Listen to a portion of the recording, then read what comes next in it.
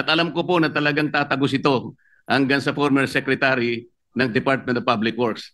Kasi kahapon po, gusto niya nang sabihin na lahat ng daw po ng nangyayari sa kanyang opisina ay meron namang basbas ng secretary ng Department of Public Works. Ngunit ang gusto ko pong tuntunin, Mr. President, kung nakita na po natin unti-unti at saan papunta at sinong may kasalanan sa Department of Public Works at nailitaw na rin po sa pagsusuri at sa personal na pag-imbestiga ng ating colleague, ang mga contractors na talagang, kung pagsasamahin po natin mga contractors na ito at saka yung mga opisyalis na nabubunyag ngayon, siguro po yung salitang walang o halang ang kaluluwa ay isang understatement. Ang gusto ko pong malaman ngayon, bakit po kaya sila ganun kalakas ang loob? Bakit parang hindi na po milyon eh? Bilyon-bilyon na po ang naipatatalo at hindi naman po nila pera yun. Pera po ng taong bayan. Mr. President, ganun po ba kaya kalakas ang loob nila na sila-sila lang, mga contractors at saka yung mga opisyalis na yon? Wala po kayang mga politiko sa loob, sa likod nila? Sana po matukoy yung tunay na mga proponents para po yung walang kasalanan ay hindi po nadadamay. Mahirap po na magbanggit sila ng pangalan. Dahil ito pong nagbabanggit ng pangalan ngayon ay galing lang sa amin kahapon at napatunayan ngayon ng bilyon-bilyon ang ginagasta at magdadamay siya. At meron pong nag-text sa akin sa pamagitan ng emissary, ng abogado ng Diskaya, Mr. President, meron po palang isang congressman, kanina pong nag-hearing sila, nakausap yung abogado ng Diskaya. Kailangan, meron kayong matukoy na senador sapagkat makokontempt kayo. Nasa akin po yung text message, Mr. President. Sa mga tweet, gusto lang nilang magpangalan. Hindi po mabuti yun. Kailangan po, sa tulong na rin po ni Senator Lacson, total naumpisan na yung mga contractors, naumpisan na itong mga kawani at opisyalis ng DPWH na talagang kandidato na po talaga sa impyerno. Matukoy po talaga kung sino-sino po yung palaging kausap ni Yusek Cabral na sila po yung sindikato dito. Para po yung walang kasalanan ay huwag pong madamay. Maraming salamat po, Mr. President. Salamat po, Your Honor. Yeah, maraming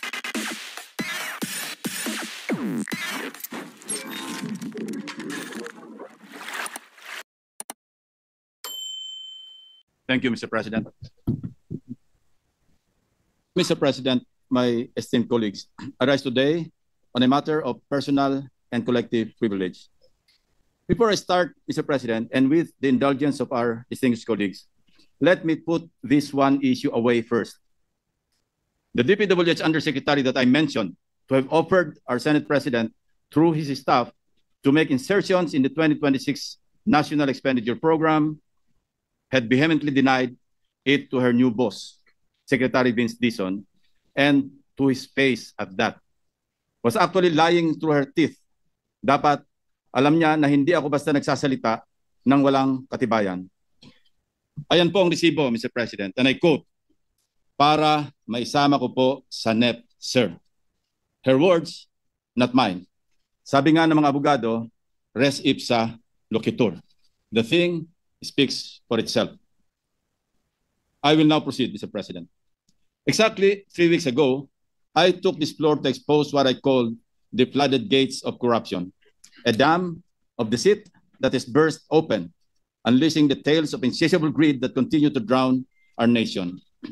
Simula na mabuksan ang agos ng usapan tungkol sa mga anomalya sa DPWH, bumuhos rin ang katakot-takot na ulat mula sa mga netizens at karaniwang mamamayan na nagmamatsyag sa mga substandard at ghost projects sa iba't ibang dako ng kapuluan. Kasabay ng bugso ng puot ng taong bayan laban sa iba't ibang personalidad na di umano ay sangkot sa pagsasamantala sa kaban ng bayan.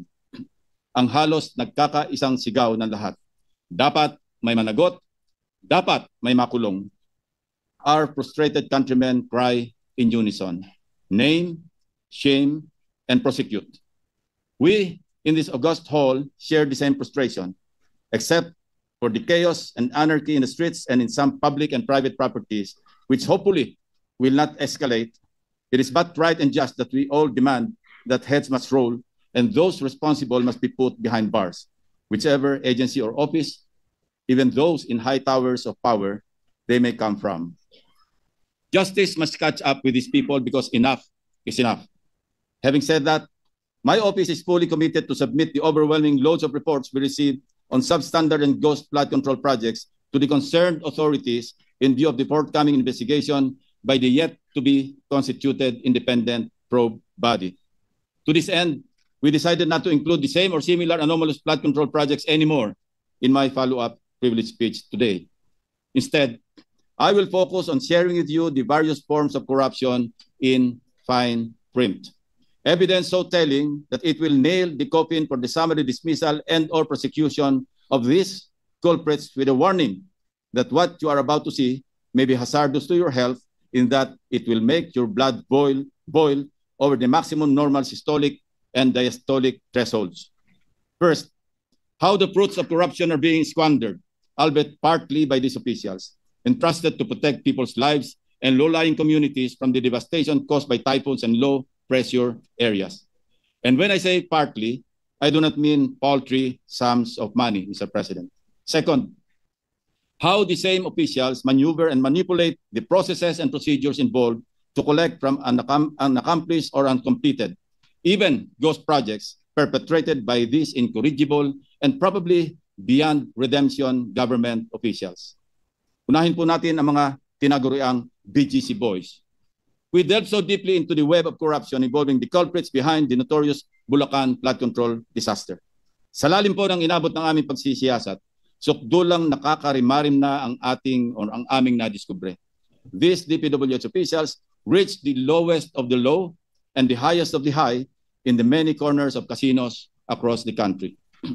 On top of their multi-million peso wristwatches, signature clothes, and sneakers and whatever else lavish lifestyles, these 5 erstwhile DPWH officials of the Bulacan First District Engineering Office gained them a moniker, BGC Boys. Not Bonifacio Global City Boys, Mr. President, but rather the Bulacan group of contractors as they have been known to casino employees. Hindi tambay ng high street sa BGC ang mga ito. Hell Street siguro, Mr. President. At siyempre, nagtatago sa mga aliases ang BGC Boys. Let me do a roll call, complete with valid identification cards like driver's licenses from the Land Transportation Office, but this is a separate matter to be investigated, my distinguished colleagues. Ang kakasibak lamang na DPWH OIC Assistant Regional Director ng Region 4A at dating District Engineer ng Bulacan na si Henry Alcantara, alias Joseph Castro Villegas. OIC District Engineer ng Bulacan, First District, Bryce Erickson G. Hernandez, alias Marvin Santos de Guzman. Assistant District Engineer, JP D. Mendoza, alias PJ Castro Asuncion. DPWH Engineer 2, RJ Dumasic, introducing himself as a contractor from Sims Trading Corporation with alias Sandro Bernardo Park at Edric San Diego as himself. They may hide their identities, but having spent practically all my law enforcement years conducting intelligence and investigative work, I know criminals when I see them. No matter how real-looking their IDs are, no matter how long they were able to thrive in the shadows, no one can shield them from the day of reckoning that they deserve. Lalong-lalo na kung lantaran at walang pakundangan na ang pagnanakaw at paglustay ng kaban ng bayan, Mr. President. Base sa mga dokumentong nakalap namin mula sa PAGCOR, malulula tayo sa laki ng halagang naging talo sa kasino ng 5 ito. 950 million in gross losses, Mr. President. Base ang mga ito sa official at validated na record mula mismo sa 13 kasino sa Metro Manila, Cebu at Pampanga. Halimbawa, itong si former Assistant District Engineer at OIC, District Engineer Bryce Hernandez alias Marvin Santos de Guzman, mayroong combined gross losses sa mga kasino na 435 million pesos. Halos hindi sila nagkakalayo ng OIC Assistant District Engineer niya na si JP Mendoza alias PJ Castro Asuncion na may 418 million pesos sa nakabuwang talo sa iba't ibang mga kasino. Ang former District Engineer na si Henry Alcantara na hindi naman tumanggi na pumapasok at nagsusugal sa kasino ay nakapagpatalo ng 68,000 pesos pero bilang Henry Alcantara lamang yan. Ang mas malaking bulto ng kanyang talo habang nagtatago sa kanyang alias na Joseph Castro Villegas ay tumataginting na 36.7 million pesos in gross losses. Hindi rin natin sinasantabi ang milyones na pinatalo ng mga DPW's employees na nagpapanggap na contractors na sina Project Engineer RJ Dumasig alias Sandro Bernardo Park na may gross losses na 16.9 million at Edric Sandiego alias himself or as himself na may losses na 42.4 million pesos. Akala siguro ng mga ito ay maaari silang manatiling multo o incognito. Ito ay isa lamang sa tambak na pagkakamali nila, Ginoong Pangulo.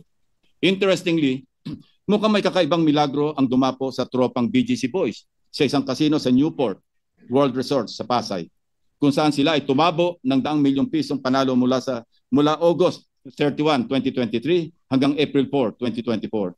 Henry Alcantara, 4.7 million pesos. Bryce Erickson Hernandez, 189 million pesos. JP Mendoza, 320 million pesos. RJ Dumasig, 7.37 million pesos. Edric Sandiego, 11.7 million pesos. Sinuwerto nga ba sabay-sabay na nanalo ang mga ito, Mr. President? O baka naman money laundering scheme? May report kami at ito ay amin pang binabalidate na peke lang ang pagdeklara nilang panalo. How so? Magpapalit ng cash into casino chips. Pero pag natalo ng kaunti, pupunta sa cashier para mag-cash out at ideklarang panalo ang pinagpalitan nilang chips. Smart? Your guess at this point is as good as mine. Sa Okada naman, may naka-record na one gaming activity mula October 17 to 18, 2022, sina Henry Alcantara, Bryce Hernandez, RJ Dumasig at JP Mendoza na kung saan, maliban kay Henry Alcantara na nanalo ng 301,000 pesos, umuwing talunan ang ibang BGC Boys dahil sa total losses na 1.75 million pesos. Mr. President, let me show you the record of cash to chips and chips to cash transactions of the BGC Boys sa mga kasino na pinasyalan nila mula taong 2023 hanggang 2025. Henry Alcantara, alias Joseph Castro Villegas, cash to chips, 1.1 billion 428 million 170,000. Yes, Mr. President, you heard it right, my dear colleagues. B as in billion, hindi M or million. Cash to chips, 997 million 765,000 pesos. Bryce Hernandez, alias Marvin Santos de Guzman, cash to chips, 659 million 910,000 pesos. Chips to cash, 1 billion 385 million 360,250 pesos. JP de Guzman, alias PJ Asuncion, cash to chips from 2023 to 2024, 26,500,000. Cash to chips, 2023 and 2024, 280,093,500 pesos. In this regard, my office has submitted their names and aliases to the Anti-Money Laundering Council since casinos are covered persons under the amended Anti-Money Laundering Act. Hindi pa po dito nagtatapos, Mr. President, ang kanilang mga kabulastugan. Sa aking naunang privilege speech noong August 20, 2025, nauna ko nang nilarawan base sa aming sources ang mag-among sina Alcantara at Hernandez na may parehong level ng pagmamahal sa pera. Itong si Bryce Hernandez, nagkalat na nga ang kanyang mga larawan sa social media dahil sa kanyang kabulastugan. Aba, hindi man lamang nahiyang pumasyal-pasyal sa isang kasino sa Metro Manila hanggang noong September 1, 2025. Habang naghihiring ang Senate Blue Ribbon Committee, si Bryce nasa isang kasino nagsusugal. Ang ibang BGC Boys may record pa hanggang noong nakarambuan ng Agosto sa paglalaro sa mga kasino. Sumatotal, habang lubog pa rin sa tubig baha ang mga taga-Bulacan dahil sa mga pangungurakot na mga ito at kahit booking na mismo ng Pangulo ang kalokohan, sige pa rin ang pagpapasasa ng BGC Boys sa pagwawaldas ng pera ng taong bayan. Walang kahiya-hiya sa katawan. Wala pong konsyensya ang mga ito, Mr. President. Kung garapala ng pagwawaldas ng kaban ng bayan sa mga kasino, lalong garapala ng kanilang pagduduktor ng mga dokumento para makapagnakaw. Over the past week, we scoured hundreds of pages of documents, each page painting telltale signs of how deeply entrenched corruption has become in the BGC kingdom.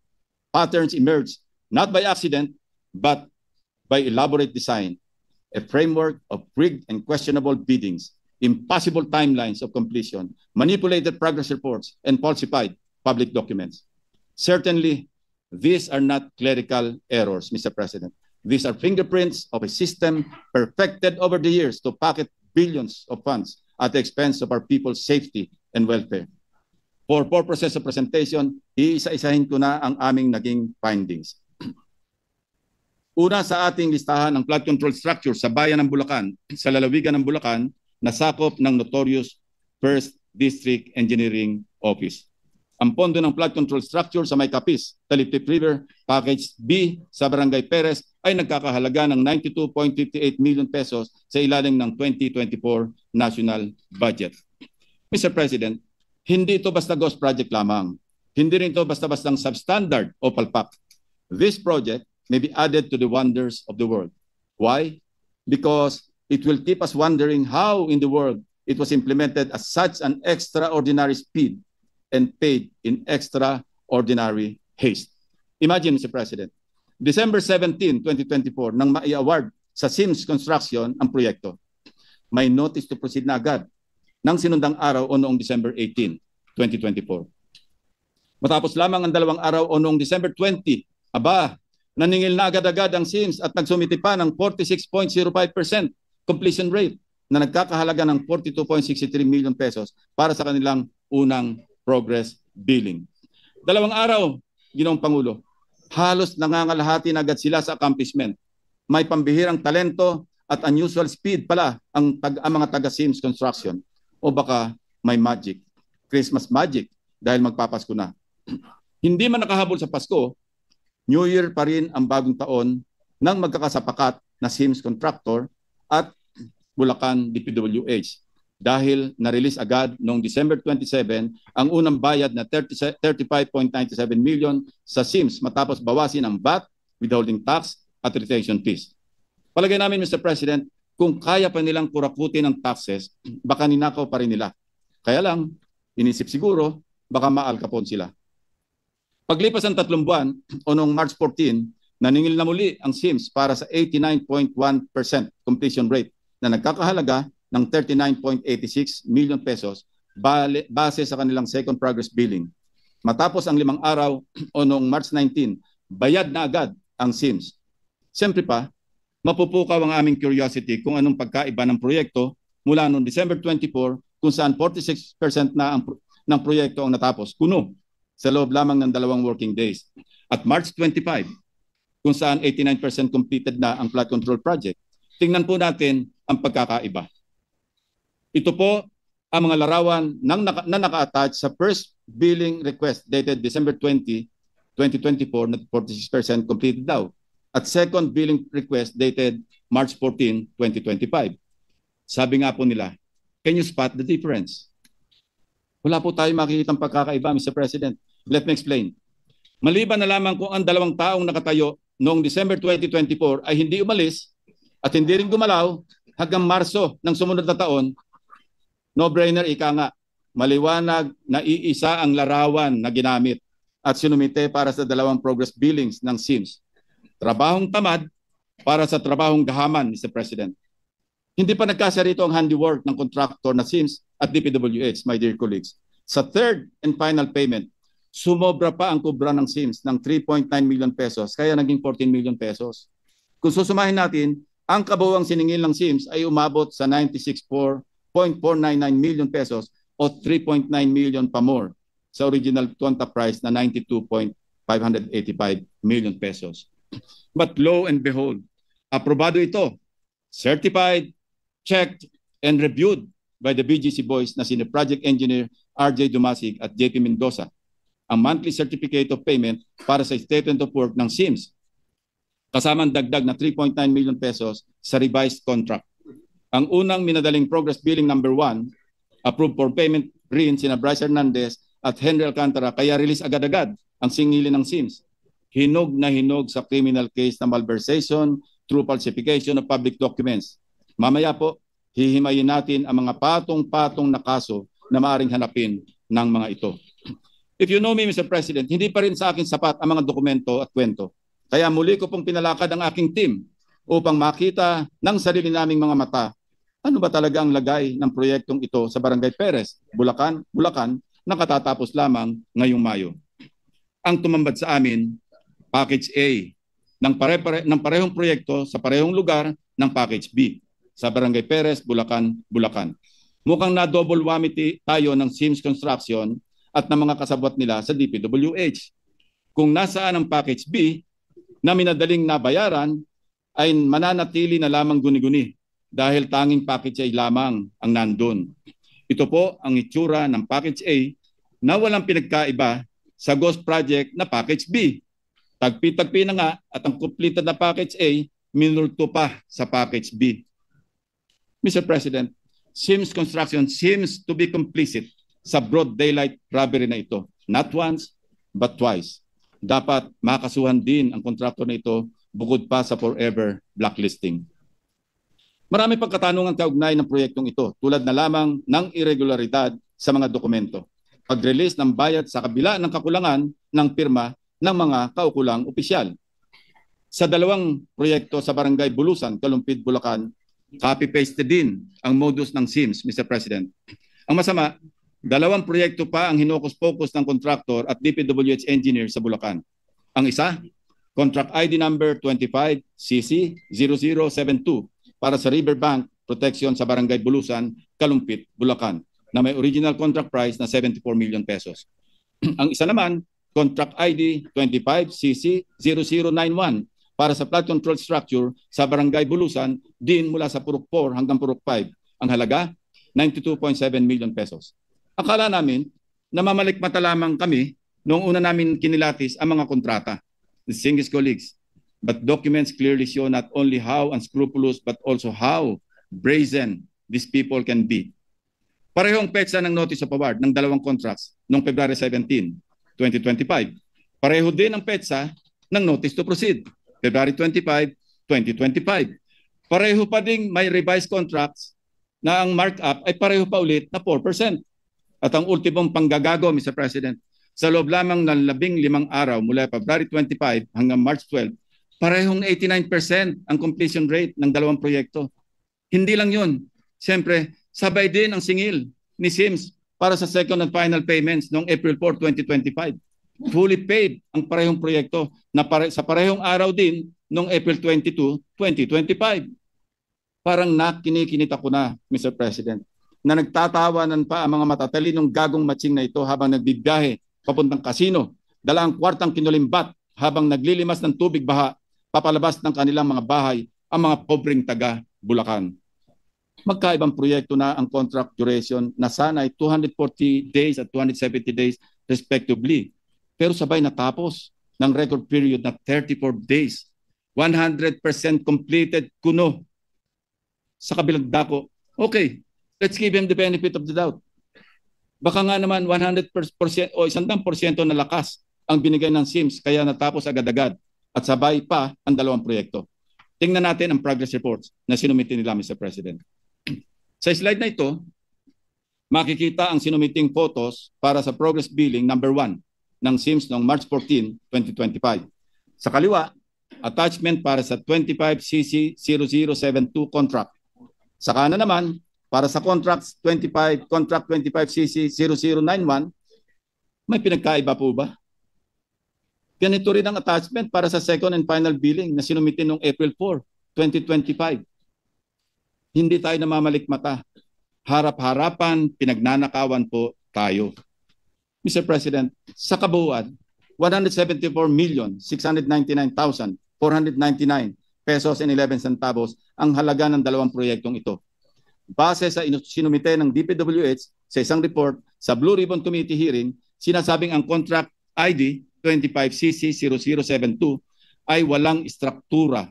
Kaya ghost project po talaga ito. One project for the price of two. Hindi po ba sadyang panggagago na ito? Papayag po bang mahigit na 112 million Filipinos na patuloy na magpaloko sa kontraktor at 5 tulisan na ito? Obvious rin ang kabalbalan sa mga reports para sa proyektong construction of pumping station ng floodgate sa Barangay Atlag, Malolos, Bulacan na may halagang 92.5 million pesos sa ilalim ulit ng 2024 GAA. Ang kontraktor nito ang IM Construction Corporation. Base sa mga sales invoice, 4 na beses nakasingil ang kontraktor para sa kabuuan ng proyekto mula October 2024 hanggang Mayo nitong taon. kasama ng 15% advance payment. Nakikita po niyo sa screen ang mga petsa ng request for progress billing noong December 20, 2024, February 24, 2025, at April 29, 2025. At mapapansing pareho ito sa style ng SIMS, Mr. President.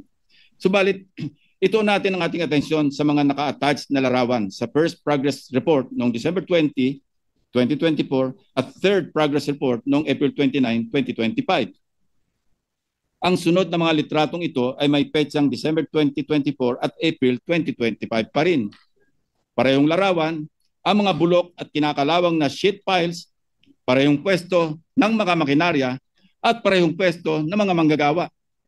Ang kaibahan lamang, ang lighting at contrast ng mga larawan. To ask how these doctored photos slip past the eyes of officials is not even a question, Mr. President. Talagang may sabwatan. Siyempre, Mr. President, hindi naman magpapahuli ang isa sa mga crowd's favorites. Simula nung lumabas ang dayaan sa mga flood control projects, wala pong iba kundi ang sikat na wow builders. Tulad ng SIMS at IM, malupit din talaga ang pattern ng kontratistang ito sa kababalaghan.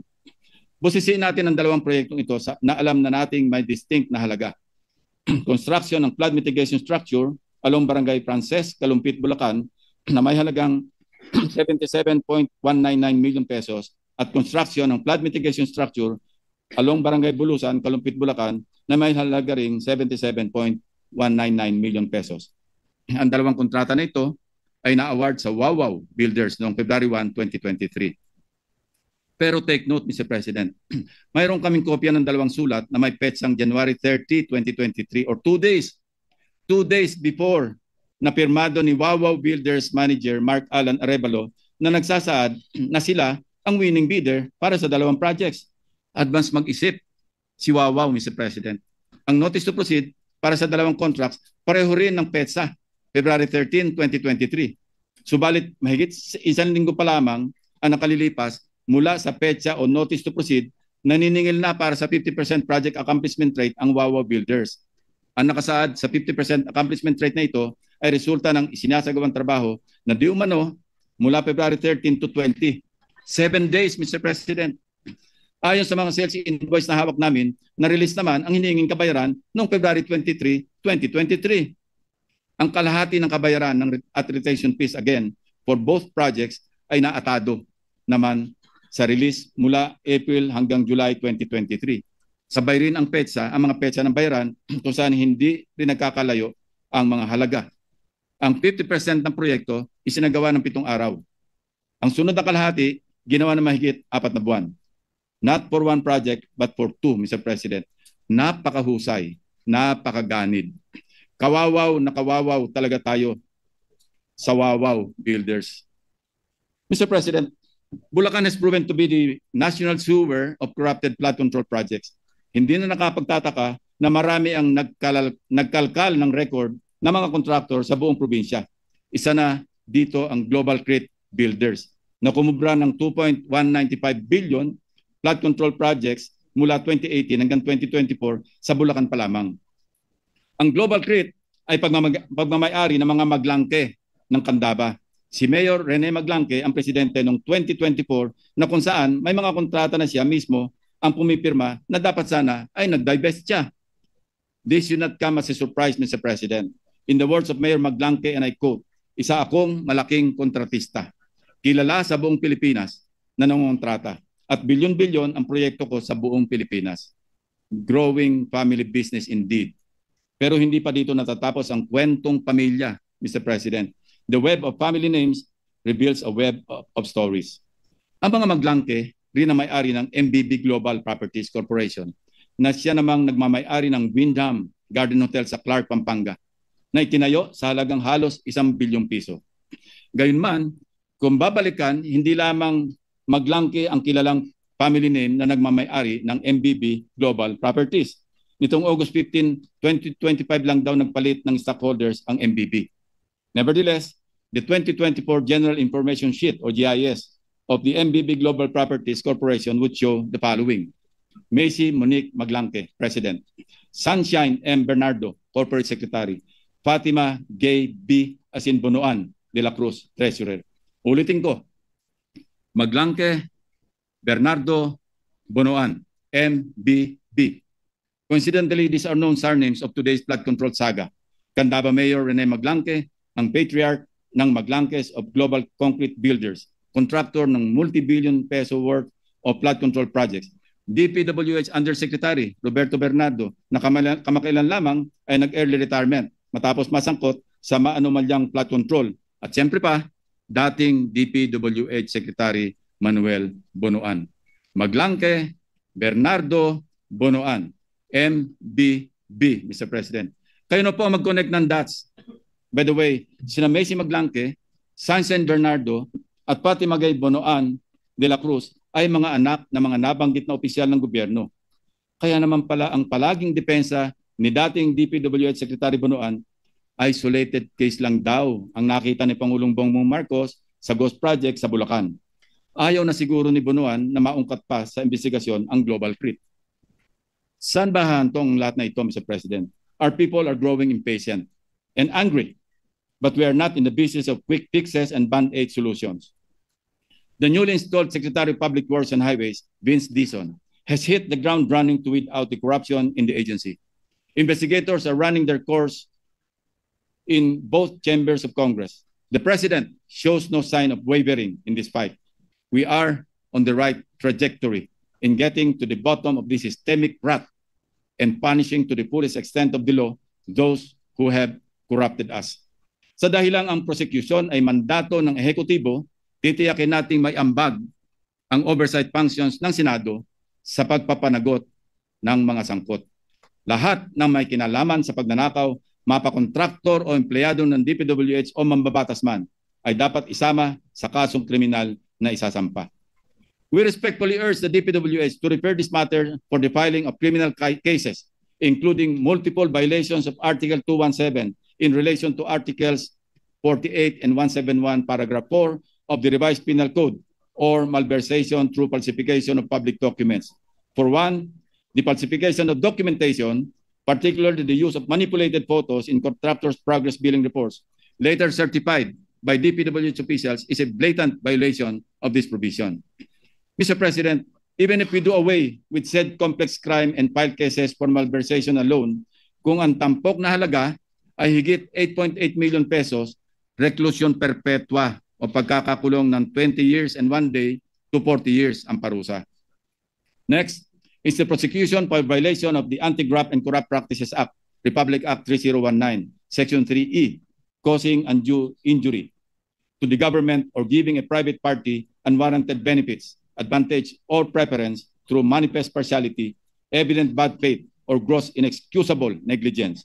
And Section 3G, entering on behalf of the government into contracts manifestly and grossly disadvantageous to it.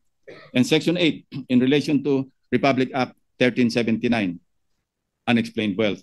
We also strongly endorse the filing of charges for violation of Republic Act 7080 or the Anti-Plunder Law, Mr. President. Sapat naman pong basihan ang nakakapangilabot na laki ng halaga ng mga anomalya sa flood control. Bilyones po ang pinag-uusapan nating nauwi sa ghost projects.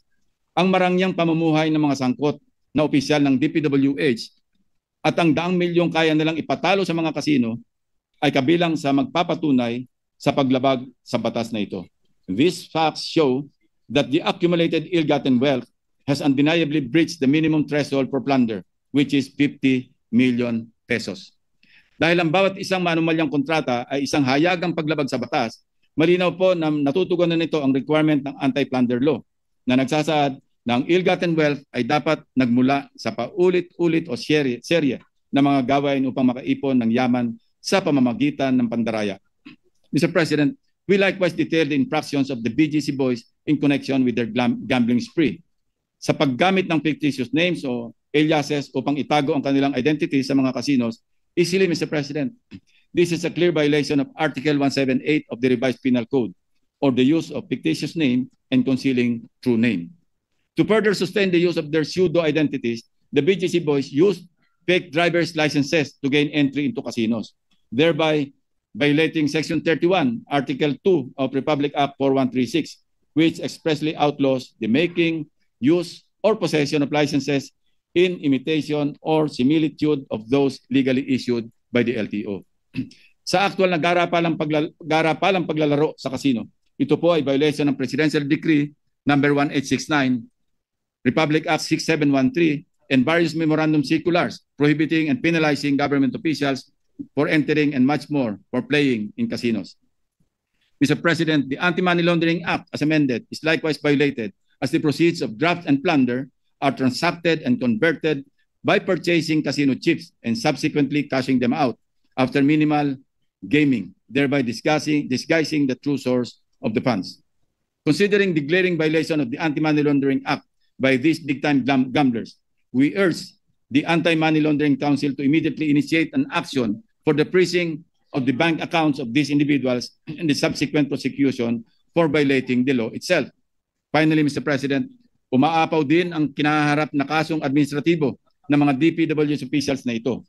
Among these are grave misconduct, serious dishonesty, gross neglect of duty, and or conduct prejudicial to the best interests of the service, violations of the Code of Conduct and Ethical Standards for public officials and employees, and the Code of Conduct pertaining to the practice of their profession as regulated by the Professional Regulation Commission. Our goal is not only punitive but also preventive. So we do it through reforms in our legislation, Mr. President.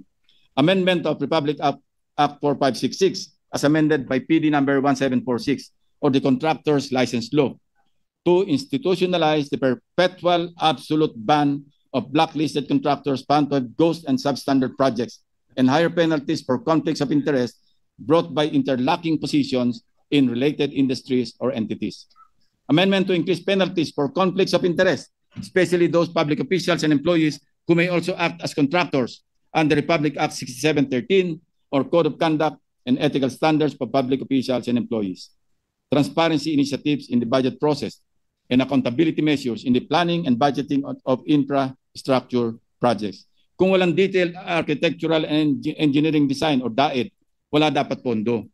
DPWH should also publish DAED, Program of Works and Detailed Unit Price Analysis or DUPA. Mr. President, more than ever, we need people speaking up, not talking down on the efforts we have built. Words such as, wala rin mangyayari dyan, wala namang makukulong, at umpisa lang yan, malilimot din yan, do not help our cause, Mr. President, but only embolden those who have robbed us of our hard-earned taxpayers' money.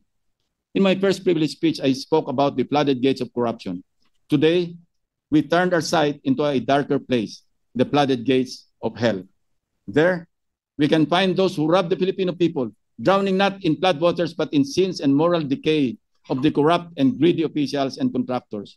Sana, sa madaling panahon, malunod ang may mga kasalanan sa dami ng kasong kanilang haharapin. Mr. President, these people have reduced the lives of our flood-stricken countrymen into living hell. It is time to give them what they rightly deserve. Thank you, Mr. President. I see that the Senator Rodante Marcoleta is seeking the floor. What is the pleasure of Senator Marcoleta? I'd like to know, Mr. President, if our good Senate President pro tempore would yield to a few questions. Willingly to the still the chairman of the Committee on Public Accountability, the good senator from Tarlac and the Republic of the Philippines. You may proceed then. Maraming salamat po, Mr. President. Mr. President, kanina pong pag-umpisang mag-present ang ating Senate President pro tempore, ay laking pasalamat ko sapagkat nakita ko yung resulta ng kanyang personal na pag-iimbestiga. Doon po sa kauna-unahang slide, Mr. President, nakita ko po yung isang text message na galing po yata kay Yusek Catalina Cabral. Hindi ko po masyadong maintindihan. Pwede po bang pakikwento po ninyo, Mr. President, ano po ba yung pinanggalingan noon? Ang pinanggalingan po, nag-congratulate sa ating nakaupong Senate President. But this message was sent through the staff of our Senate President, Mr. President. Ang sinasabi doon, congratulations po, no? That was after July 1. After July proclamation 1st. Or after oath-taking, Mr. President? After the oath-taking, if I distinctly remember. So dahil siguradong panalo na po tayo, kayo rin po, dahil nag-oath-taking na tayo, nag-message kagad yung Undersecretary Cabral. sa kanyang staff at sinasabi, congratulations, baka mo merong ako may andyan po sa text message, sa Viber message na sinasabi para ma-align do sa mga priorities at para maiwasan yung redundancy, siya nang gagawa ng paraan. Ang sabay ang sinabi na para maihabol o maisama na sa NEP. So nag-iimbita siya na mag-submit kayo, parang sinasabi 500 million pesos yata, ibig sabihin ng 500 yan eh. Kasi hindi naman malinaw, pero ang sinabi, po kayo 500 for now. For now. Ibig sabihin, for now, sige, magpasok kayo mga 500 million pesos worth of projects na sa inyo manggagaling. So ito po yung sinasabi natin na isang kamalian ng budgeting or budget process. Dahil ang trabaho, mandato ng Kongreso, both houses, legislation. Yung pong NEP, nasa budget preparation phase na kung saan exclusive domain ng executive branch. Pero bakit po, dahil ganyan ang nangyayari, mismo sa DPWH na nanggagaling na magpasok na kayo rito. Hindi ho ba pakikialam yun sa mandate o sa exclusive authority ng executive branch? Salamat po sa sagot na yon, Mr. President. Ako po naniniwala na talagang wala namang initiative na nanggaling sa inyo at siya'y kusa niyang inialok po yung inaakala niya sigurong makakatulong o makakapagbigay ng kasiyahan sa inyo. Yun po yung akala niya. Opo. At agad pong tinanggihan ng ating Senate President. Alam ko po. Sinabi niya agad sa staff niya, wag, ayoko ba't ako maglalagay dyan? Kasi po kaya ko naitanong to, Mr. President, kahapon po, ayaw pa niyang aminin na dahil sa pagtatanong ko po na sa kanya, sinabi ko bakit lumilitaw kahit anong ibigay na ceiling ng DBM, pinapalitan mo, sabi ko sa kanya. Ayaw po niyang aminin yon, wala raw po siyang kinalaman kung ang pag-uusapan ay yung paglilista. Wala raw siyang kinalaman. Ngayon po malinaw na nagsisinungaling talaga siya sapagkat naipakita ko po kahapon, Mr. President, lalong-lalo na po sa flood control projects, yun pong mga insertions, aminin man niya't hindi, ngayon po inapatunayan na natin, ay talagang siya po talaga yung gumagawa dahil siya po yung Undersecretary ng Planning Services. At lalong-lalo na po doon sa tinatawag na FAPs. Ito po yung Foreign Assisted Projects. Yun po malinaw na malinaw.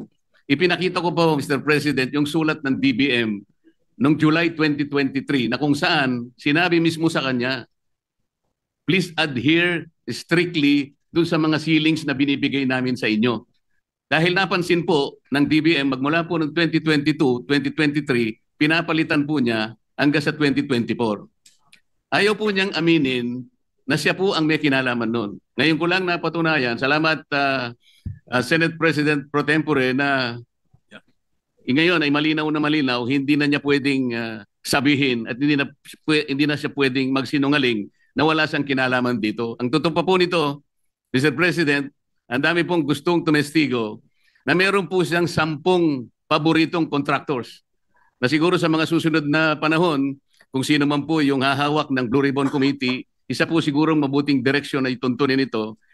At marami rin pong palagian na pumupunta sa kanyang opisina na mga politiko. Gusto ko pong pasalamatan ng ating Senate President Pro Tempore sapagkat mukhang yun pong mga kawani o mga opisyalis ng DPWH na matutuntunan natin at alam ko po na talagang tatagos ito hanggang sa former Secretary ng Department of Public Works. Kasi kahapon po, gusto niya nang sabihin na lahat ng daw po ng nangyayari sa kanyang opisina ay meron namang basbas ng Secretary ng Department of Public Works. Ngunit ang gusto ko pong tuntunin, Mr. President, kung nakita na po natin unti-unti at saan papunta at sinong may kasalanan sa Department of Public Works at nailitaw na rin po sa pagsusuri at sa personal na pag-iimbestiga ng ating colleague, ang mga contractors na talagang, kung pagsasamahin po natin mga contractors na ito at saka yung mga opisyalis na nabubunyag ngayon, siguro po yung salitang walang o halang ang kaluluwa ay isang understatement. Ang gusto ko pong malaman ngayon, bakit po kaya sila ganun kalakas ang loob? Bakit parang hindi na po milyon eh? Bilyon-bilyon na po ang naipatatalo at hindi naman po nila pera yon, pera po ng taong bayan. Mr. President, Ganun po ba kaya kalakas ang loob nila na sila-sila lang, mga contractors at saka yung mga opisyalis na yon? Wala po kayang mga politiko sa loob, sa likod nila?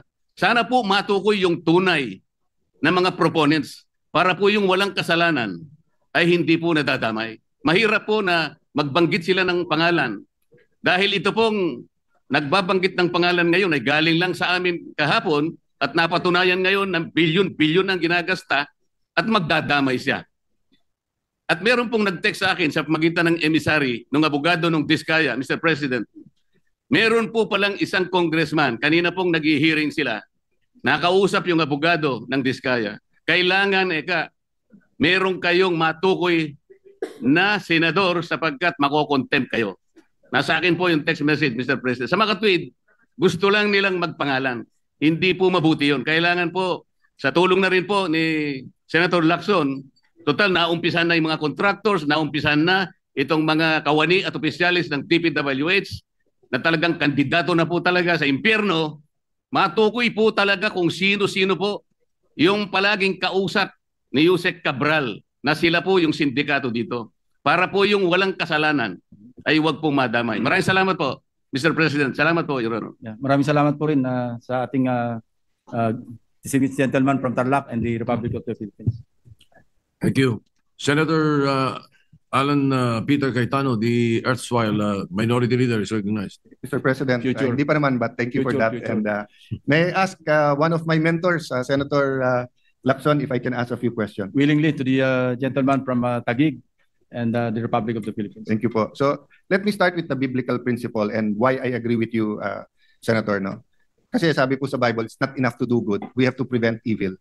So I'm happy that despite na mas pinipick up talaga ng media in general, whether social media, prime media, yung expose nyo like last time, you took the time to go through the various laws and to remind us, kasi syempre ang common thinking, wala naman nangyayari dyan, na-absuel to them. No? But I do appreciate it kasi nga it's not enough na ma-expose, it's not enough na may solusyon, ito tama, yan ang hinahanap. Kailangan talaga may managot. And I was thinking about it kanina, Senator, kasi kaya ako nasabing mentor, nakasama kita nung gusto nung panahon ng cheating. Hello, Garci. So ngayon parang hello Darcy. Hello, Darcy naman po ba to? O, basta yung, or ano yung sine? Hello, goodbye. Hello, love, goodbye. Parang hello, may kontrata, love kong gawin to, tapos goodbye, wala pa palang ginagawa, nabayaran na, no?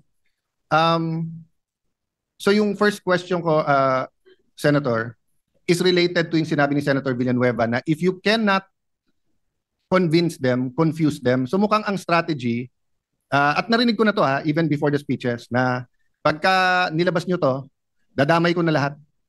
So ang problema natin ngayon, sinong totoo at hindi. So first question ko, Senator, are you in favor na yung klarong-klarong involved, simulan na yung kaso sa kanila?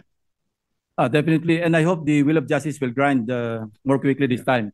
Kasi habang nakakulong sa atin, custody, no, nasa custody natin si Bryce Hernandez dahil na-contempt siya kahapon, kung mabilis lang sanang makapag-file ng kaso, no, starting with a complaint to be filed before the Ombudsman or the Department of Justice, mabilis po rito yung malversation through falsification.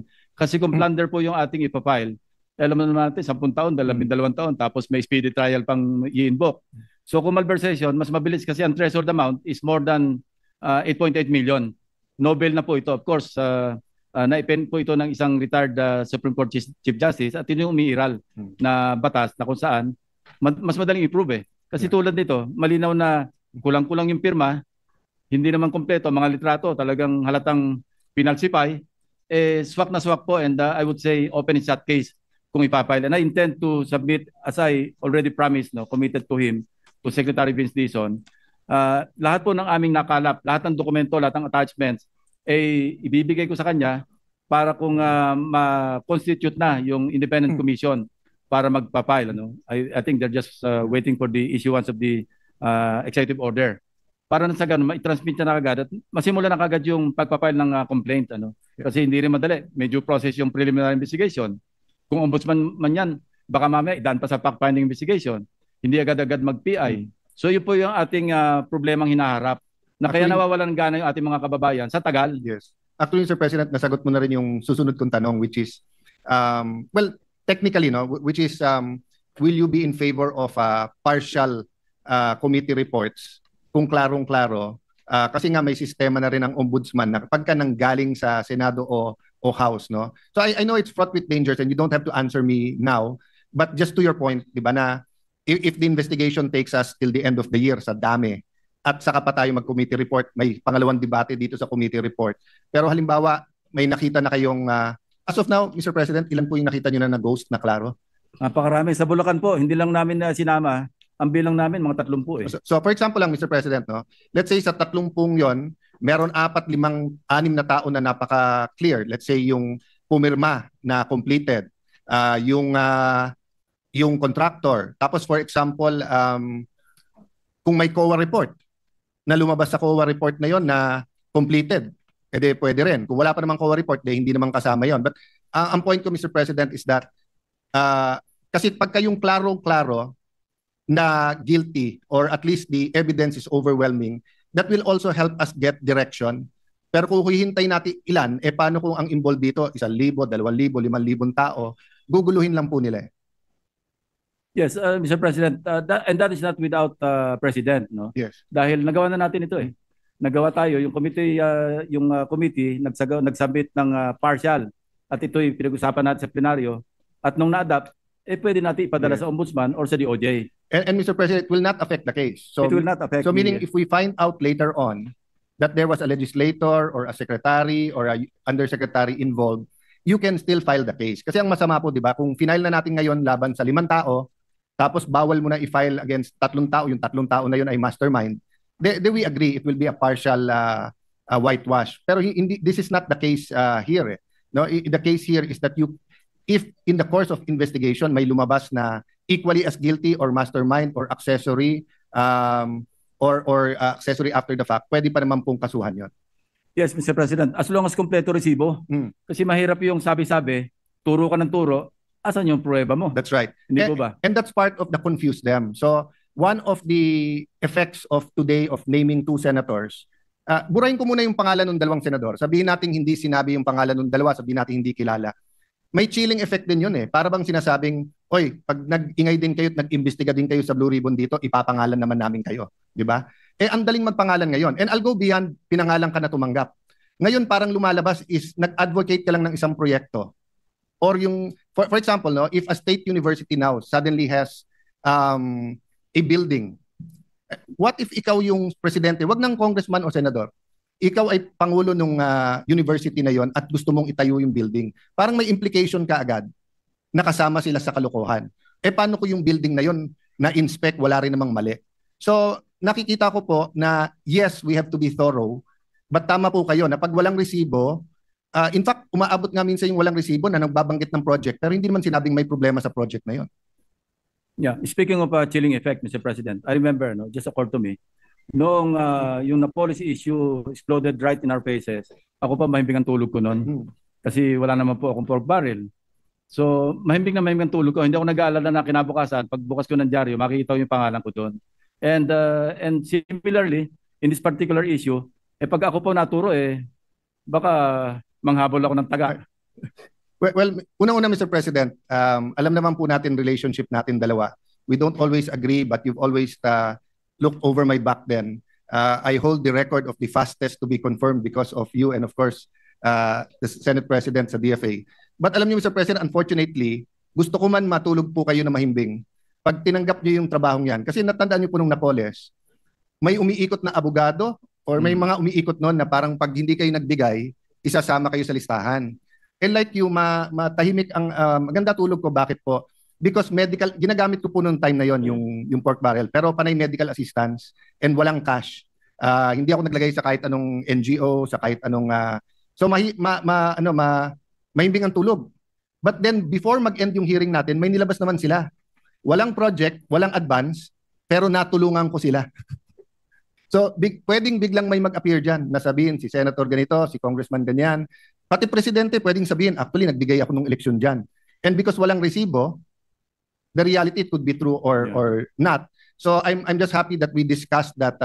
I'm not saying they're confusing us. I'm just saying it can be done. Which goes to my second to last point, Mr. President. I thank you for the very comprehensive list of laws kung pwede lang po ako magdagdag ng isa. Sige po. Kasi the benefit po of having a Senator Lacson is he was a not only an ordinary policeman, a chief PNP, and also what was the official designation sa PACC? Chief po. Chief, ng no? Presidential Anti-Organized. So yung build up, yung investigasyon at build up likha sa inyo. Kasi sa ibang trial lawyers, lalo kung hindi ka naging prosecutor, alam mong guilty pero walang build up walang investigasyon no. So I'd like to bring to point just like Senator Villanueva, tatanong ko sana to. Actually sumulat ako kay Chairman Marcoleta sa Blue Ribbon na mag-attend ulit ang hepe ng BIR at kasi nabasa ko sa dyaryo, nilowa na daw nila yung mga contractor ngayon. But nung araw po, isang lowa lang sa isang taon. Ngayon 3 po o 4 pwede. So maraming nagrereklamo na tuloy-tuloy yung mga lowa. So gusto ko sanang malaman, kaya sumulat ako, pinapacheck ko sa staff ko kung sumagot ang BIR. In the last 3 years kaya, itong nakakakuha ng bilyon-bilyon, na-issuean kaya to ng lowa ng BIR, ng regional directors? And if yes, ano yung resulta? Kasi kung ghost, Mr. President, di ba? Makikita mo sa audit Ang point ko, Mr. President, gusto ko idagdag yung Al Capone theory. Na pag hindi mo mahuli sa murder, sa smuggling ng alak, sa prostitution, sa smuggling, pero kitang-kita yung pera, pwede din natin idalihin yan sa tax evasion. Yes, I fully agree, Mr. President. Ang problema, as pointed out by our Senate President during his interpellation, sinabi niya, merong isang contractor, ito yung Alpha and Omega, may kaso na sa Court of Tax Appeals, hindi pa uli ng pick-up yung kanyang lisensya. So how can you reconcile kung hindi systemic yung corruption? I don't know what is. Yes. No, I agree, but someone we know very well commented and was congratulating you. But sabi din niya, tandaan natin, hindi lang DPWH, marami pang iba. I think nabanggit niya BIR. Siya nagbanggit, hindi ako. But ang point ko, if we really want to get away if we want them to get away, we do not address the culture. And I think this has been your life's work, not only to expose, but to, that's why that's why nga pagdating sa pork barrel, you decided na, hindi na, because you want to get away, you want to take away, not get away, you want to take away that culture. You want to replace that culture with a culture that doesn't promote corruption. So natutuwa ako na yung customs umakto kaagad, hinabol yung mga sasakyan. Natutuwa din naman ako sa BIR na nag-issue kaagad, tinignan, nag-issue ng LOA. I think pag-executive session bago nila i-submit. But I want to look deeper, Senator Kuya Ping, na sana matignan din natin ano pang ibang ahensya ang pinagtakpan tong mga, kasi ang isang tinitignan ngayon ng BIR, social media. Pero kung makikita natin yung tinagurian Nepo babies, grabe po yung yung kayamanan nandun So ordinarily, kung anak po yan ng mga oligarchs natin, na BIR na yan For all I know, baka na BIR na. Hindi ko lang sure, but baka pwede nating tignan. And the last point, Mr. President, may I request your staff na ibalik dun sa text ni Yusek Kati. May isa lang po akong comment kung papayag kayo. That's the most popular and most demanded part of the privilege speech. Pakibalik nga uli yung text message. By the way, I asked the permission of the Senate President if I could... Yes, of course, Mr. President. And of course, Mr. President, we are covered by immunities and by plenary power precisely so that, in aid of legislation, we can do this. And yung Blue Ribbon goes beyond in aid of legislation. So sabi pala ng staff ko, sumagot ang BIR, pero yung dokumento at detalye sa executive session. So I look forward to that. Mr. President, tinanong ko rin, just like Senator Villanueva, hindi ako naka-attend ng huling hearing kasi nga, nabalitaan namin may change of leadership. Hindi rin kami naka-attend kasi busy kami nagbibilang ng numero. The hearing before that, natanong ko si Yusek Kati kasi may tinatawag na IAW, which is 3.5% ng lahat ng project. Yes. At part dito po yung testing, yung pang-monitor ng project. Sa 3 taon, umabot ng 100 bilyon na napupunta sa DPWH. Sa central office. Pwedeng sa central office, pwede din pong may... Alam niyo, Mr. President, isa ito sa pwedeng tanungin sa budget deliberation natin. Dati 0.5 lang yan Yes. Bakit tumaas na naging 3.5 na? Medyo napakalaking bawas yan doon sa dapat gastusin sa proyekto. So sa 1 trillion a year, that's 3.5%. So sa 3 years, di ba? Gaano kalaki yan? But ang point ko po, biglang hindi lang amnesia Parang ang sagot ni Yusek Kati panay hindi niya alam, etc. Tapos tinanong ko siya doon sa geotagging. Sabi ko, nabanggit ngayon ni Senator Mark na may geotagging, hindi din daw niya alam dahil sa planning. So I just wanted to point out. Mr. President, if I may interrupt, yung geotagging na yun, panahon pa ni Secretary Singson, ginagawa niya na yun Pag meron tayong budget deliberation at nandiyan sa plenaryo, magtanong ka sa kanya ng yung status ng isang proyekto, titingnan niya lang sa iPad niya, sasabihin sa iyo So the point I want to make, Mr. President, is parang sunod-sunod ang sagot niya na hindi niya sakop, hindi niya alam, hanggang tinanong ko siya na meron naman kayo execom. Pero dito po sa text message, ang linaw, sabi niya, tingnan niyo ha, para ma-vet ko, redundancy, overlap, prior funding, correct location, alignment of national priorities, and consistency for menu of local projects. So, one, malinaw na yung insertion ay hindi lang legislators at hindi lang sa BICAM. Sa pagpapagawa pa lang ng NEP, pagka malakas ka dun sa departamento, pwede mo ipasok, except that mas may guideline sa umpisa. But number two, it just shows that yung sagot ni Yusek Cathy is so different from her text. Kasi sa text pag tignan mo, parang napaka-organizer, tignan niyo po, di ba? Titignan kung may redundancy, ibig sabihin kung yung project na pinasok mo, pinasok na ng Mr. iba. President, I'd like to believe na pro forma yun. Yes. Pero even if Standard na sagot niya yan. even if pro forma, even if staff niya yung magche-check, ang layo, Pro forma yung text na yun. yes. But ibig sabihin, Senator, ang layo sa sagot niya ng, sir, hindi ko departamento yan, hindi ko alam. Di ba? So I'll stop there, Mr. President, and look forward to what else this chamber will find. May I just make one comment? Marami kasi nagsasabing walang mangyayari sa hearings. Democracy is messy. But having a Blue Ribbon Committee, having the House Committee, having an independent body, having COA, having BIR, whether it was the ZTE, whether it was the fertilizer scam, whether it was Pharmally, it has shown that the combination of investigations ferrets the truth. It also has been shown that confusion or yung turuan or yung squid tactics can happen. But let me just affirm my personal view that napaka-importanting tool ng Committee on Public Accountability ng Blue Ribbon, and I look forward to working whoever will be designated by the majority. Thank you very much, Senator Lacson. Thank you. Mr. Senate Thank you, sir. President, salamat po. Now that you mention it, perhaps we should inform the public. I know most of them many are watching.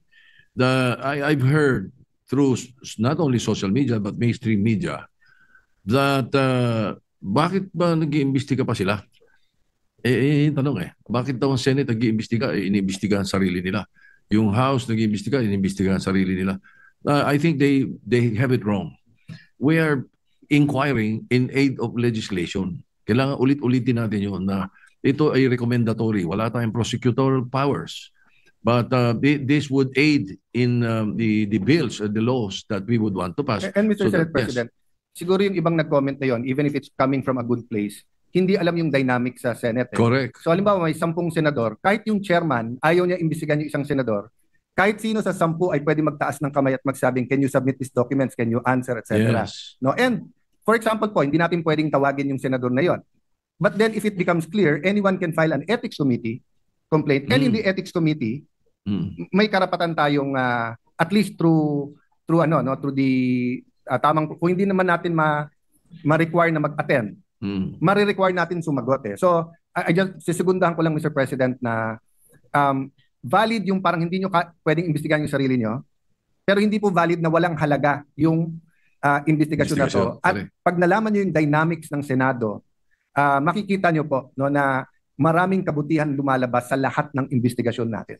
Thank you, Mr. President. Senator Lacson, thank you. Thank you very much. Good to clarify that for those who are questioning or criticizing the investigations or the inquiries.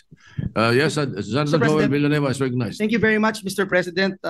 May I just be allowed also to join the party and find out if our mentor, our good friend, our Senate President Pro Tem, Senator Ping Lacson, would yield to some questions from this humble representation. Certainly, from the distinguished gentleman from Bulacan. Thank you, Mr. President. First of all, at the onset, again, as I mentioned last time when the gentleman from Cavite delivered his privileged speech, I am deeply grateful and appreciative of his desire to ferret out the truth, and most especially, not just to point out the real culprits of this multi-billion, if not trillion, well-oiled machine being perpetrated by syndicates in our country. I'd like to put on record, Mr. President, my deep thanks and gratitude kasi sa pangalan po ng mga kababayan natin sa dakilang lalawigan ng Bulacan. And nung kanina po habang nagsasalita kayo, Ginoong Pangulo, touch na touch po ako kasi ako na mismo yung nagsabi dito 2023 na paulit-ulit na lang po ito. And 2024, in fact, binanggit ko din po, Ginoong Pangulo, na yung mga kababayan ko and even I Mr. President, even I actually thought wala na talagang mangyayari dito dahil masyado ng embedded yung sistema ng korupsyon, lalong-lalo na po sa flood control. Maraming salamat, Ginoong Pangulo, doon din sa binanggit kanina ni Senator Ping na importante yung resibo. Importante na sa pagbabanggit ng mga individual, not because may good name was mentioned a while ago, Mr. President, pero talagang tama po yung sinabi ni Senator Cayetano na ganun ho yung sitwasyon ngayon. If you cannot convince them, confuse them, bring out names, walang ebidensya, walang resibo. Kaya po kanina yung binanggit ko, and I'm not just defending myself, na I'm not just categorically denying it, but saying na may resibo tayo and very easy to verify itong mga documents. So I appreciate it, Mr. President. Let me also put on record, Mr. President, matagal na naman, Ginoong Pangulo, Senator Ping, you've known me for as far as I can remember when I entered politics. Nagsimula pa tayong magkasama doon po sa ease of doing business. Nang ease of doing business, nagsimula po tayo dun sa Anti-Red Tape Act. Bagitong-bagito po ako bilang kongresista. Bagitong-bagito po ako bilang kongresista nung tinulungan niyo po ako nung lumabas din ho yung pangalan ko. At kayo ho, and a lot of people don't know about this. You helped me by connecting me to NBI agents and those experts who can actually clear my name dahil sila yung nakakaalam ano nga ho ba tawag doon sa yung handwriting expert. Handwriting experts, Mr. President. So salamat po, Mr. President. 2019 pa po nawala yung complaint na yun, and kayo po yung dahilan. And I rose here again, Mr. President, because I wanted to find out and learn again from you being an expert investigator, Mr. President. Alam niyo po, yung binabanggit niyo po kanina, I have two questions lang kanina, three questions, Mr. President, but the two questions were already raised by Senator Cayetano. Ang one question ko lang that I would like to raise is, yung pong binanggit nyo kanina doon po sa text message ni Yusek Cathy Cabral, and inulit ko po if you can show it again, sinulat ko po dito, nakalagay dito, ma-vet ko, redundancy, overlap, prior funding, and correct location. Binanggit din ni Senate President Soto yung kahalagahan ng ginagawa natin dito. We are here in aid of legislation, kaya tayo nag-iimbestiga. Ang tanong ko lang, Ginoong Pangulo, Mr. President, sa gentleman from Cavite, doon po sa text ni Yusek Cathy Cabral na mabet ko yung redundancy, overlap, prior funding, correct location, etc. Nagawa po ba ito dito sa sinubmit na 2026 NEP? Kasi tinitignan ko lang po itong NEP na sinubmit. Sa sariling gana po ng aking pagsasaliksik, napakadami po ng redundancy, overlapping, prior funding, at correct location. Mr. President. Yes, Mr. President. Kaya naman po pinayagan natin na magsubmit ng errata yung agency, which is the DPWH in this case. Pero hindi tayo bound na sundin lahat yung kanila sasabit na errata, of course, because it is already within the jurisdiction of the Congress to deliberate or examine, analyze the National Expenditure Program. Kaya nga po nakapagsabi ako noon na hindi po pwedeng ibalik yung buong NEP because in the first place, hindi naman po yun budget measure, yun po ay proposal lamang. Yes. At binigyan na sa atin ng executive branch at it's up to Congress to make amendments. Ano? But then, kasi masyadong voluminous, binabuti natin na okay, papayagan namin kayo at si Secretary Vince Dizon, sabi niya by September 15, ready na siya na ibalik yung o isubmit yung errata. But the National Expenditure Program remains with us. So, kinurek ko po yun kasi ang sabi ng House, altogether balik yung NEP which is not allowed. Ano? Yeah. Hindi ito against procedure po ito. Bawal po remand. Bawal ng remand. Tama, Okay. tama, bawal ng remand. Thank you, Mr. President. And as I cannot agree more with the statements made by our distinguished colleague. I totally agree. But baka sabihin din po ng mga nakikinig, naisip lang yata ni Joel yan. Thank you for showing it again. Yang naisip lang yata yan ni Joel, no? Kasi yung binabanggit po ng DPWH at doon po sa text message na ating pinag-uusapan, sabi ho, para ma-vet for redundancy, overlap, correct location and alignment to national priorities consistent dun sa menu. Dun sa NEP na... Ang tawag po rito, sugar coating.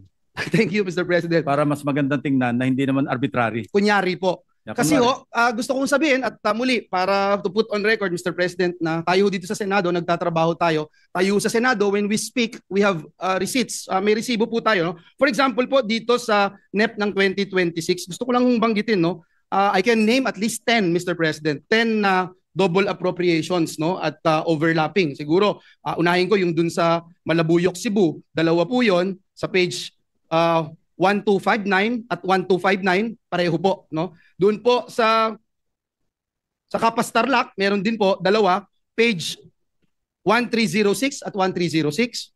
Doon po sa Muntinlupa, Sukat, 145, 145, pareho din po. Lapu-Lapu City, dalawa din po, page 1588, 1588. At ganun din po, doon sa Lapu-Lapu City, tatlong doble ito. So, anim. Anim po yung item, pero halos pare-pareho po, no? I think si Senator Zubiri would also want to look into this. Sa Bukidnon, meron din po 1435 at 1485, page 1435, page 1485. Ito po ay Barangay Road po ito, 50 million and 10 million. So ito lang po yung gusto kong sabihin, Mr. President. No? I wanted to share this because if you recall, Mr. President, distinguished colleague from Cavite, I made this question last time about putting the budget in the NEP. And kayo mismo sabi nyo nga po, it's already been happening and maganda nga po na pinakita nyo to. In aid of legislation, paano ho ba natin ito i-stop, Mr. President, na dun pa lang sa NEP, tila baga, hindi na nasusunod yung executive. Dahil kung tama po na pinapakita nyo po ito, inilalako na nga po inilalako na po nila. And chances are, hindi lang po kay Senator Soto, sa ibang senador at sa mga kongresista. And if this happens, ang legislator naman, kung makita for example, na isang ghost project yung nangyari, tulad po ng nangyari ngayon sa aming lalawigan ng Bulacan, napakadami po, madideny lang po easily nung isang legislator, sasabihin hindi kanya yun at executive, Mr. President. So again, Mr. President, I am here to look into the truth, paano natin na mahuhuli itong mga miyembro ng sindikato na ito na umiikot para gahasain ang kaban ng ating bayan, Mr. President. Mr. President, merong transparency hub yung DBM, pinutap nila, no? Ang sa ngayon, hanggang NEP lang daw. So I suggested during the DBCC hearing, I think that was the second hearing, na-expand nila all the way to the GAA, yung sa enrolled bill. Ang problema nila, they cannot also dictate on the legislators, meaning both houses, na maging transparent to identify the proponents of the amendments. Kasi kung wala tayong record, wala tayong minutes, wala tayong transcript, hindi talaga natin matitrace. So it's up to us, no, as a body, anyway, collegial tayo, baka pwedeng we set the example in the upper house na kung saan we identify each and every member of the Senate to identify himself na siya yung proponent ng isang particular or several amendments na sinabit sa chairman ng Finance Committee. And we hope, sana, yung House of Representatives will follow suit. Kasi without the other house, kalahati lang yung effort natin. Dahil kung ayaw rin mag-identify ng mga individual congressmen, kung sa kanilang galing yung amendment, yung proposed amendments, wala rin. Kasi doon po nawiwili, actually. Pero if we can only, make it the point na each and every proponent of any amendment is properly identified, sinabi ko na rin po ito, at least merong shared responsibility. At kung ako yung nag-introduce ng amendment, babantayan ko dapat yung proyekto kasi baka magkaloko-loko, may balik sa akin. Yeah. And I hope we can be one in this effort, Mr. President. I am with you, Mr. President, distinguished colleague from the great province of Cavite. It's just that nalata ako nung sinabi nyo na at pinaalala nyo sa akin na it takes two to tango na kailangan both Definitely. houses, Mr. President. Because ako ho, for example, Mr. President, perhaps I could be a exhibit A, Mr. President, of what has been happening. Because easily, they can pinpoint anyone na ito, project mo, etc. Without having anything, Mr. President. While if we are to propose an amendment and say, this is my amendment, and you defend your advocacy on the floor, then there's no way na pwedeng mag-imbento against anyone here in the Senate. When I responded to you na it takes two to tango, ang gawin lang natin, let's follow the lead of the Senate President. Kung may nag-offer, i-reject natin. O di isa lang yung nagtatango. Hindi mabubuo yung sayaw, hindi ba? But if the legislator being offered to make insertions, nag-bite siya at nagbigay siya, and then sira na yung kamada. But if the senator or congressman would deny such offer or request, then it will not happen, Mr. President. As in the case of the Senate President, he declined, so hindi nangyari. Pero kung nagsabit siya ng 500 million as of now, sabi as of now, for now, sabihin, may karugtong pa yan. Kung humirit pa siya ng, pwede bang another 500 million? O di 1 billion yung naka-insert sa kanya doon. But he declined and he rejected right away. So first off, sa atin na rin magsimula yung initiative. even if offered, I will decline. And even if it takes two to tango, at least malinis ang konsensya natin at kaya natin sabihin na buhay ang moral issues ng institusyong ito. Mr. President, I'd like to thank the gentleman for entertaining this representation's questions and query. I pray, Mr. President, na gaya nung sinabi ko po kanina, the past 2 years, mismong ako, Mr. President, nagdududa na kung may mangyayari po dito sa flood control. And I'm glad... Wag po tayo magduda. Ang panawagan ko nga po, no? Yun yung parang downer sa atin eh. Pag nakarinig tayo ng mga netizens, wala yan, walang mangyayari. Then, na-drag down na tayo sa ganung pag-iisip. And I'm saying this, Mr. President, because when you run, I told you about it, na I want to win and make sure na may mangyari po dito sa ating advokasya. And the main reason why I'm saying that, Mr. President, is I am a living testimony na halos sumuko na, Mr. President. 3 taon na po ako na nagsasalita ho dito sa bulwagang ito, sa committee hearings, etc. But right now, Mr. President, and I believe that the Lord has sent you in this institution to help us not just ferret out the truth, but come up with concrete solutions, Mr. President. I heard, Mr. President, also just a point of information that the DPWH Secretary will file cases against this assistant district engineer. I told him that, Mr. President, that we will provide the damning evidence. No? Yes. Not only here, but this morning he flew to Oriental Mindoro, and he told me last night. And right away, I told my staff, you provide all the information, all the evidence that we have to the staff of Secretary Vince. So when he goes to Oriental Mindoro, tumbok na niya yung pupuntahan niya. And he told me last night, he will do exactly the same thing that he did in Bulacan when he visited. Right away, dinismiss niya yung si Henry Alcantara. Yes, Mr. President. And other than that, Mr. President, just a point of information, kanina ho binabanggit ni Senator Cayetano, may COA report na po dun po sa mga ghost projects ng Wawaw at ng SIMS at ng Diskaya. So, yun lang po. This was the same COA audit highlight report that we subpoena during the first committee hearing of the Blue Ribbon. Thank you again, Mr. President, and I'd like again to congratulate and thank the gentleman from Cavite. I am one with him in pursuing justice, especially for my kababayan si Bulacan. Maraming salamat, Ginoong Pangulo. Thank you, Mr. President. Senator Erwin Tulfo is recognized.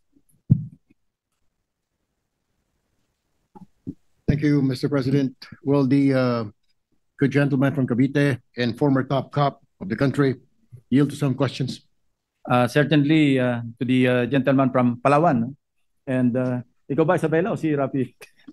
Sorry. Palawan and the entire Philippines. Entire Philippines. That's Thank you, Mr. Rafi. President. Anyway, Mr. President, the gentleman from Palawan, from Cavite mentioned about cash converted to chips and chips converted to cash. Tama po ba ang pagkaintindi po namin na yung mga cash na hawak ng mga DPWH district engineer, assistant district engineer, yung mga nasa first district ng Bulacan, nagdadala po ng pera milyon-milyon sa casino at ipapalit po ng cash, kunwari ilalaro nila yung daan-daang milyon, pagkatapos ng ilang oras ay babalik na po sila, papalitan nila muli yung cash para maging cheque na, para pag-deposit nila sa bangko, cheque po ng casino ang nakalagay. Tama po ba yun, Mr. President? That is correct, Mr. President. That's the money laundering scheme that they employ, that we suspected at least, no, na in-employ nila.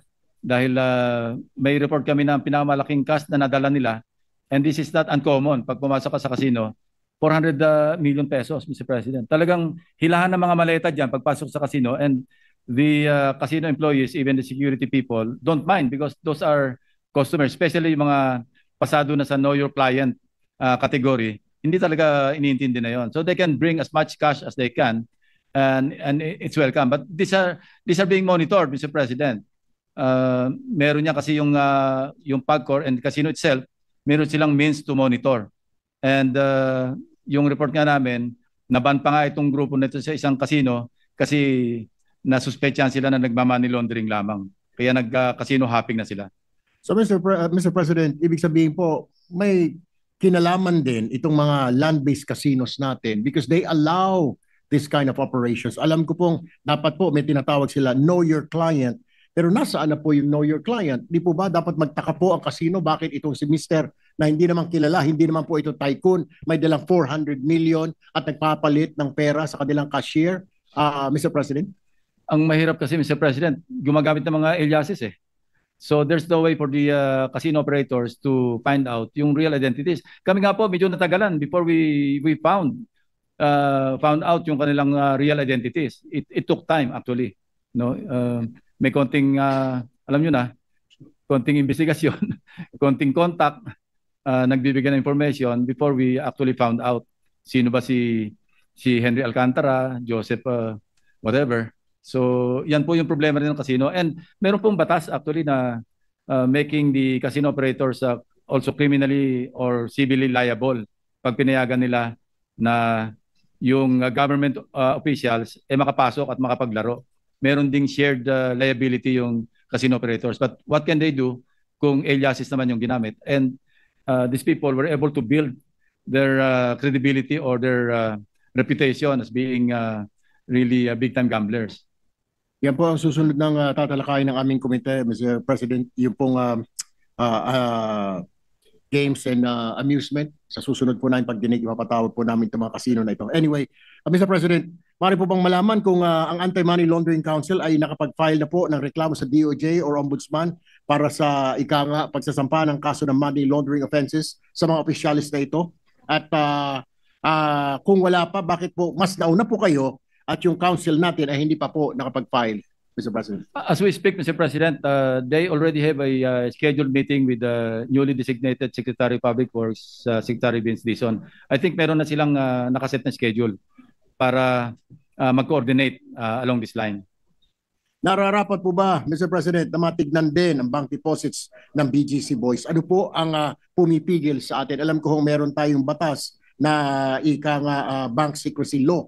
Pero paano po ito, Mr. President? I believe that they are looking into this. If they don't have the records yet, they're already investigating. Ang problema po kasi sa Money Laundering Act, Anti-Money Laundering Act, kailangan may mga predicate crimes. Of course, casinos, in view of the amendment, covered persons na po ito juridical person yung mga casinos. So pag lumampas ng 5 million pesos, agad-agad natitrigger yan at inire-report sa Anti-Money Laundering Council.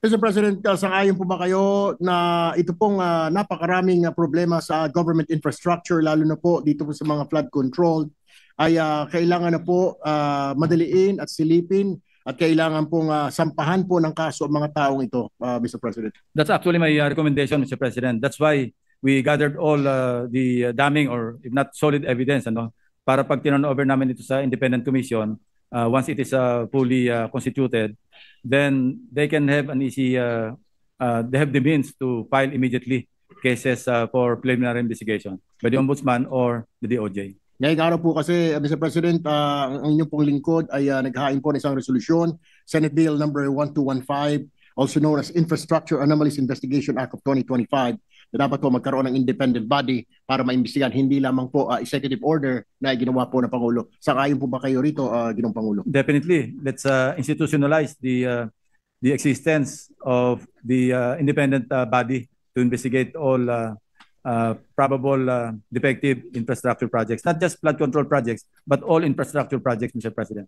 May pamamaraan po ba, Ginoong Pangulo, na masampahan na ang mga taong nabanggit, mga opisyales na harap-harapan na pong umamin sa Blue Ribbon Committee ang kanilang tinatawag na pagnanakaw po, pati paglalaro sa mga kasino, maging mga kontraktor kahapon po ay nagtuturoan na at aminado na po na talagang daan-daang milyon ang dumadaan sa kamay nila. May pamamaraan po ba tayo dito sa Senado para makapagsampa o makapagrekomenda na masampahan po sila ng kaso ng Department of Justice o di kaya ng Ombudsman? Definitely, Mr. President. Basta't meron tayong sinabit sa kanila na mga ebidensya needed to file complaints against these people, then mangyayari po yun. In fact, si Secretary Dizon, di ba, nag-ano na siya ng administrative case against Henry Alcantara on account of his own admission that he was playing in the casino. So agad-agad, nagkaroon ng basis, summary dismissal. The others, I think, susunod na po yun kasi nga, ibibigyan namin sa kanila yung aming record na nanggaling sa PAGCOR na kung saan labas-pasok sa casino itong mga ito using aliases. I stand corrected, Mr. President. Yung Senate Bill number 1215 po, co-author po tayo ni Senate President Soto. Siya po ang lead author po rito. But anyway, nag-file din po tayo ng 10 mga panukalang batas para makatulong po sa walang problema ng flood control. Sinusuportahan ko po ang privilege speech ng ating butihing senador mula sa Cavite. Maraming salamat, Mr. President. Maraming salamat po. Tulong-tulong po tayo.